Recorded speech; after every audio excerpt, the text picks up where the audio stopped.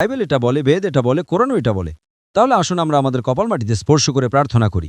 সমস্ত ধর্মগ্রন্থ বলে যে নারীর মাথা ঢাকা উচিত। বেদ এটা বলে, বাইবেল এটা বলে, কোরআন আমি রেফারেন্স দিতে পারি। না স্যার, আমার রেফারেন্সের প্রয়োজন নেই। সমস্ত ধর্মগ্রন্থ বলে অ্যালকোহল পান করো না।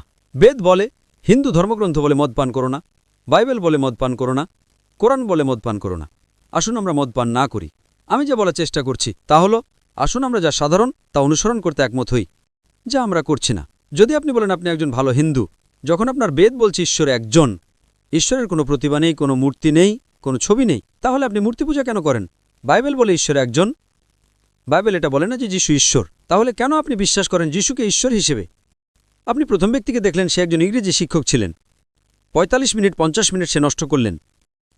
সেই শিক্ষার কী লাভ যখন সে বাইবেল থেকে একটিও সুস্পষ্ট আয়াত দেখাতে পারে না যেখানে যীশুখ্রিস্ট নিজে বলেছেন যে তিনি ঈশ্বর, বা বলেছেন আমাকে উপাসনা করো? এর কারণ হলো আমরা ঈশ্বরের ধর্মগ্রন্থের চেয়ে অন্য